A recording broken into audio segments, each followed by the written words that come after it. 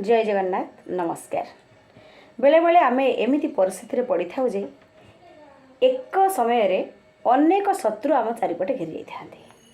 से समय रे हमको कौन करबा दरकार ए कथा को नहीं ए प्रसंग को नहीं मुझे आपको गोटे सुंदर कथा कहबा को जाउछि। ता पूर्व समस्त मोर अनुरोध ये चैनल टाको बा मो चैनल टाको सब्सक्राइब करेंगे बा आगू नेबा को चेष्टा करेंगे। गोटे जंगल रे विराट बड़ बट गछ से गछरे अनेक पशुपक्षी आश्रय नहीं थांती। गछटी बहुत बहलिया घंच अनेक लता मध्य से गछरे गुड़े ही जाए आहुरी घंच कर था गछटा को। से गछरे गोटे बिलेई थाए गोटे बुसा मध्य थाए।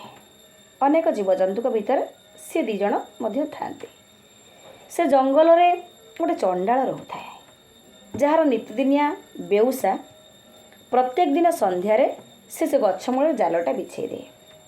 ता पर दिन सकाळु जालटा उठेला बेलू किछि पशु पक्षी जालरे फसी थांती तांको से लेके आसे।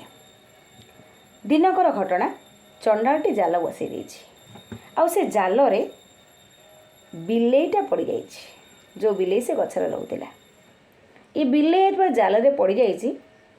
मूषा देखिला खुशी हो गला। जा हो ये गोटे गछरे बिलेई रहउतिला मु भी रहउतिली। मु एते दिन पर्यंत से बिलेई को डरी डरी रहउतिली कारण मु तार खाद्य से मोर खादक। किंतु आजी मु निर्भय बुलिबी कहीं ना मोर बिलेई आउ किछि करि परिबनी। जाल रे पड़ जाइछि चंडाल ताको नै जिवो बिलेई मरि जिवो। आज रातिक पई बिलेई रे आउस से तार आनंद रे हसी हसी बोलु थाए। जाल उपरे चढ़ु थाए खेलु थाए बिलेई को चाहि थाए। किछि समय परे मूषा देखिला जे गछ डाल रे गोटे पेचा चाहि बसिछि जे आज ये मूषा को मु खाइबी। मोते मो पाखरु मूषा को रक्षा करि परिबेनी। मूषा डरी गला। किछि समय पर पुणी देखिला जे तळे गोटे नेउला मध्य जगेकरी अछि जे ये मूषाटा को मु आज खाइबी। ऊपर चाहिए पेचा तले चाहिए नेउल। मूषा भयभीत हो गला। चिंता कला तल को जाई परिबेनी कि ऊपर को मध्य जाई परिबेनी। ए समय रे मते बंचेइबो किए।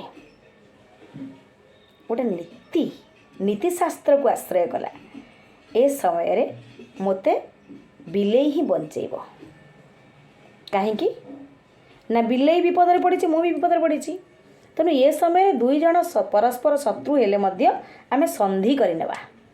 तेणु बंधु माने समय समय एमिति परिस्थिति आसे जे दुई शत्रु मध्य निज स्वार्थ पाई बंधुता आचरण करनियंती। जो नीति को अवलंबन कले किए ना मूषा कहला देख बिलेई तुम मोर शत्रु मु जानी बा मु तुम खाद्य तुम मोर खाद्यक मु जानी किंतु ये परिस्थिति रे तमे साहाय्य न कले मु बंची मरीजी मु साहाय्य न कले तुमे मरीजीव।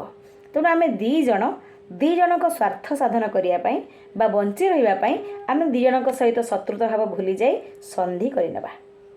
ए कथारे बिलेई राजी हो गला।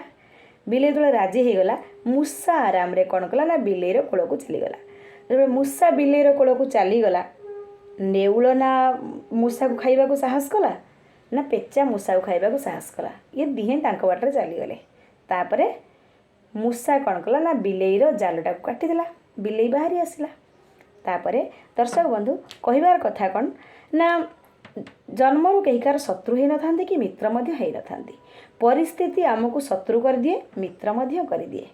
तेणु जितेबले आपणकर एकाधिक शत्रु आपण को घेरी कौनसी ना कौनसी परिस्थिति रे बुद्धि विचारी जनक शत्रु को मित्र कर दियंतु। अन्य शत्रु मान को हटेइबार बुद्धि भी कौशल भी आपणे नियंतु। रहूची नमस्कार।